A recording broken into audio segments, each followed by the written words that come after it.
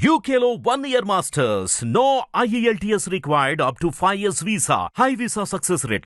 ప్రాచీన భారతదేశ చరిత్ర ప్రియులకు సంస్కృతి ప్రియులకు విజ్ఞప్తి. భారతదేశ చరిత్రలో క్రీస్తు పూర్వం 4వ శతాబ్దంలో హిందూ మతం కల్పించబడింది అని వ్రాశారు. అదే చరిత్ర ఇప్పటి వరకు పాఠ్యవాచకాల్లో చెప్తున్నారు. కానీ అది వాస్తవం కాదు. ప్రాచీన భారతదేశ చరిత్ర ఉంది అనడానికి 170 దాకా ప్రమాణాలు ఉన్నాయి. అందులో ఇంతకుముందు 24 ప్రమాణాలని మీకు చూపించడం జరిగింది. ఈ సందర్భంలో నేను తమకు చేసే విజ్ఞప్తి ఏంటంటే, మీరు 2 కార్డులు కొనండి. ఆ కార్డుల్లో ఒక కార్డు పైన ప్రధానమంత్రి చిరునామా, ఇంకో కార్డు పైన ముఖ్యమంత్రి చిరునామా రాసి ప్రాచీన భారతదేశ చరిత్రను పాఠ్యవాచకాల్లో పెట్టండి. ప్రాచీన భారతదేశ చరిత్రకు 170 దాకా ప్రమాణాలు ఉన్నాయి అని 2 కార్డులు రాయండి. అలా రాసినట్లయితే దేశ చరిత్రలో ప్రాచీన భారతదేశ చరిత్ర చేర్చడం జరుగుతుంది. చేరిస్తే మనకి రాముడు నిజమవుతాడు, కృష్ణుడు నిజమవుతాడు. అంతకంటే కూడా ప్రపంచంలోనే అతి ప్రాచీన సంస్కృతి మనది అనే విషయం మన వాళ్లకు, మన విద్యార్థులకు, విద్యాలయాల్లో చదివే విద్యార్థులకు వెల్లడవుతుంది. ఇప్పుడు ఇంతకుముందు కంచి కామకోటి పరమాచార్య స్వామి వారు చెప్పినటువంటి కొన్ని ప్రమాణాలని చూపించాం. ఏమండి, ఆ సందర్భంలో ఆయన చెప్పే మరికొన్ని అంశాలు కూడా చెప్తున్నాం. ఇది వీటిని ప్రమాణాలుగా లెక్క పెట్టడం లేదు, కానీ ఇవి కూడా ప్రమాణాలు అయ్యే అవకాశం ఉంది కనుక వీటి సమాచారం కూడా నేను ఇక్కడ చెప్పడం జరుగుతుంది. ఉత్తర ఆఫ్రికాలో సహారా డిజర్ట్ అనే పేరులో గొప్ప ఎడారి ఉంది. ఏమండి, ఎడారులన్నీ కూడా ఒకప్పుడు సముద్రాలే అనే ఒక సిద్ధాంతం ఉంది. అయితే సంస్కృతంలో సాగర అనే ఒక పదం ఉంది. సాగర అంటే సముద్రము అని అర్థం. ఈ సాగర అనే శబ్దంలో గకారం హకారంగా మారితే సహారా అని మారే అవకాశం ఉంది. దాన్ని వికృతి పదము అంటారు. సాగర ప్రకృతి అయితే సహారా వికృతి అని.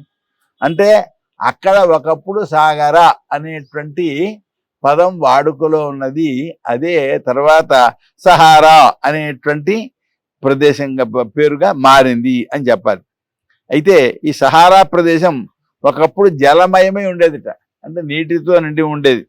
దాని చుట్టూ ఉండేటువంటి భూమి జనావాసంగా ఉండేది. ఎందరో జనం అక్కడ నివసిస్తూ ఉండేవారట.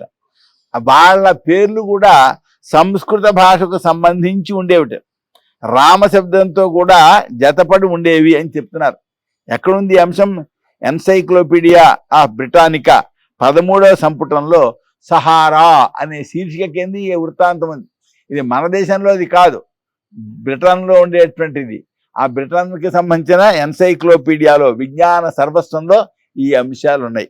ఏమండి, అంటే దీనివల్ల ఏం తెలుస్తోందంటే ఈ సహారా అనే పదానికి సాగర అనే పదం మూలం అయి ఉండొచ్చవని, అక్కడ పూర్వం సముద్రం ఉండేదని, ఆ సముద్రం ఉండే ప్రదేశంలో అక్కడ అంటే జలంతో నిండి ఉండేదని, జలంతో ఉండే ప్రదేశంలో అక్కడ జనావాసాలు, జనం కూడా ఉండేవారని, వాళ్ళ పేర్లు సంస్కృత భాషతో సంబంధించిండేవని, అందులో రామశబ్దం కూడా చాలా మంది పేర్లో ఉండేది అని తేలడం వల్ల ఏం జరిగింది అంటే అప్పటికే రామకథ లోకంలో వ్యాపించి ఉంది. ఇది కూడా ప్రాచీన భారతదేశ చరిత్ర ఉన్నది అని చెప్పడానికి ఒక ఆధారం అవుతుంది.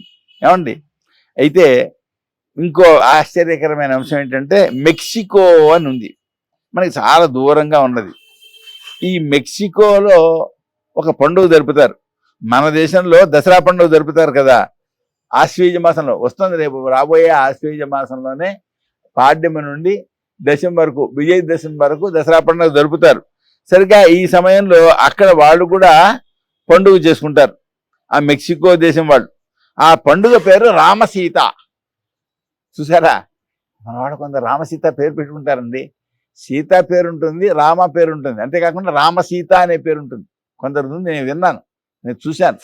ఆ రామసీత అనేటువంటి పేరు పెట్టుకుంటారు. ఈ విషయం ఎవరు చెప్పారంటే టిడబ్ల్యూ ఎఫ్గాన్ అనే ఆయన Maya Indians of Southern Yucatan North and British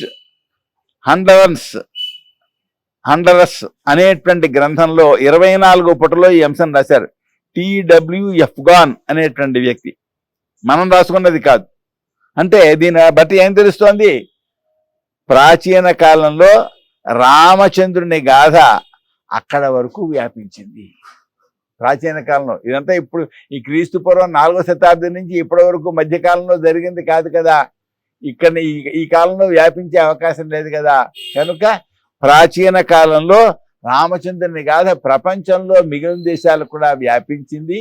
అది మనకు చాలా దూరంగా ఉండేటువంటి మెక్సికో కూడా వ్యాపించింది అనడానికి ఇదో గొప్ప ప్రమాణం అండి. సామాన్యమైన ప్రమాణమా ఇది? ఏమండి, ఇది ఇంత మాత్రమే కాదు. ఆ దేశంలో మెక్సికోలో తవ్వకాలు దొరికితే గణేశ విగ్రహాలు లభించేటండి. గణేశుడు ఎవరు? పార్వతీ పరమేశ్వరుల కుమారుడు కదా. ఇప్పుడు గణేశ నవరాత్రాలు వస్తున్నాయి. రేపు వినాయక చవితి నాడు గణేశుని మనం పూజిస్తాం. ఈ గణేశుని విగ్రహాలు ఎక్కడ దొరకాలి? ఈ దేశంలో దొరకాలి. కానీ ఎక్కడ దొరికాయి? మెక్సికోలో దొరికాయి. ఇప్పుడు అంటే ప్రాచీన కాలంలో గణేశారాధన మెక్సికోలో ఉండేది అని. ఇది ఎలా తెలిసింది? బేరన్ హోంబోల్ట్ అనే ఆయన రాశారట. ఈ విషయాన్ని హరవిలాస్ శారద హిందూ సుపీరియారిటీ అనే గ్రంథంలో ఉదాహరించారు.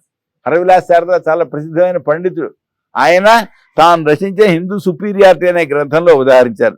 దీన్ని బట్టి ఏం తెలుస్తోంది? ప్రాచీన కాలంలో గణేశారాధన మిగిలిన ప్రపంచంలో కూడా జరిగేది. అది మెక్సికో వరకు వ్యాపించింది అని తెలుస్తోంది. చూసారా, ఇది కూడా ఒక ప్రమాణమే, గొప్ప ప్రమాణం. ఏమండి, ఇంతేకాదు, ప్రాచీన కాలంలో మెక్సికోలో నివసించినటువంటి ప్రజల పేర్లు ఆస్టకాస్, ASTKS, ఆస్టకాస్. ఆస్టకాస్ అంటే మనం తెలుగులో ఆ సంస్కృతంలో ఆస్తికా అంటాం, తెలుగులో ఆస్తికులు అంటాం. ఆస్తికులు అంటే అర్థం ఏంటి? వేదం ప్రమాణము అని అంగీకరించే వాళ్ళని ఆస్తికులు అంటాం. ఇప్పుడు దేవుడు ఉన్నాడు అని అంగీకరించే వాళ్ళని కూడా ఆస్తికులు అని అంటున్నారు. మరి వేదాన్ని ప్రమాణంగా అంగీకరించే వాళ్ళు ఆస్తికులు అని మనకి నిఘంటువుల్లో ఉన్నది.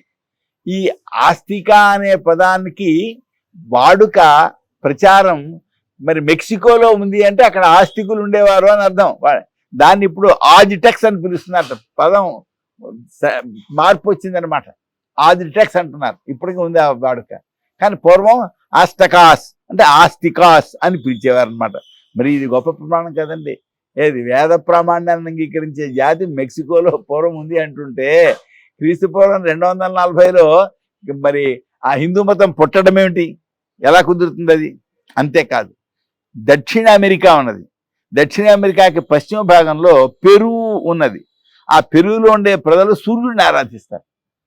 సూర్యుడిని ఎవరైనా ఆరాధించవచ్చు కదా. అంత మాత్రం చేత వాళ్ళు హిందూ మతంలో ఉండే విషయాన్ని ఆరాధించారని చెప్పడం ఏంటి అని మీరు నన్ను అడగచ్చు. వాళ్ళని ఇన్కాస్ అని పిలుస్తారు. ఇన్కాస్ సంస్కృతంలో ఇనా అంటే సూర్యుడు అని అర్థం. కానీ ఇన్కాస్ అంటే అర్థం ఏంటి? సూర్యునికి సంబంధించిన వాళ్ళు, అంటే సూర్యుని ఆరాధించేవాళ్ళు అని అర్థం వస్తుంది. ఇనా సూర్యుడు అని అర్థం. కానీ అంటే అక్కడ సూర్యారాధన జరిగేది, ఆ ఆరాధించేటువంటి వాళ్ళు సూర్యుడికి సంబంధించిన సంస్కృతం పేరుతో పిలువబడుతున్నారు. అంటే ఇది కూడా మన సంస్కృతి ప్రాచీన కాలంలో మెక్సికోలో ఉంది అనడానికి ఆధారం అవుతుంది. ఏమండి, వాళ్ళ యొక్క పండుగలు ముఖ్యమైనవన్నీ కూడా అయనాంతంలో జరుగుతాయట. అయనాంతం అంటే ఏంటి? మనకు అయనాలు 2 ఉన్నాయి, దక్షిణాయనము, ఉత్తరాయణం. ఈ అయన యొక్క చివరి భాగాన్ని మనం అదొక పవిత్ర కాలంగా, పర్వకాలంగా భావిస్తాం. సంక్రాంతి అని, దక్షిణాయన సంక్రాంతి, ఉత్తరాయణ సంక్రాంతి అని చెప్పాను. సంక్రమణాన్ని పెద్ద పండుగ అని మనం భావించడం జరుగుతుంటుంది. అయితే ఈ విషయం ఎవరు చెప్పారు? ఇది నేను చెప్పేది కాదు, పరమాచార్య స్వామి వారు చెప్పారు. నిజమే. ఎలా చెప్పారు అంటే ఏషియాటిక్ రీసెర్చెస్ 1వ సంపుటం 426వ పుటంలో దీన్ని వ్రాయడం జరిగింది. ఇది కూడా ప్రాచీన కాలంలో భారతదేశ చరిత్ర, భారతదేశ సంస్కృతి విదేశాల్లో కూడా వ్యాపించింది. మరి అక్కడ కూడా ఎక్కడ మెక్సికో, దక్షిణ అమెరికా, పెరు ఇలాంటి చోట్ల వ్యాపించిన సంస్కృతి అయితే ఇది క్రీస్తు పూర్వం 4వ శతాబ్దిలో పుట్టడం ఏంటండి? కనుక 4వ శతాబ్దిలో పుట్టడం అనేది నిజం కాదు అనడానికి ఈ ప్రమాణాలని కూడా ఉపయోగిస్తాయి. స్వస్తి.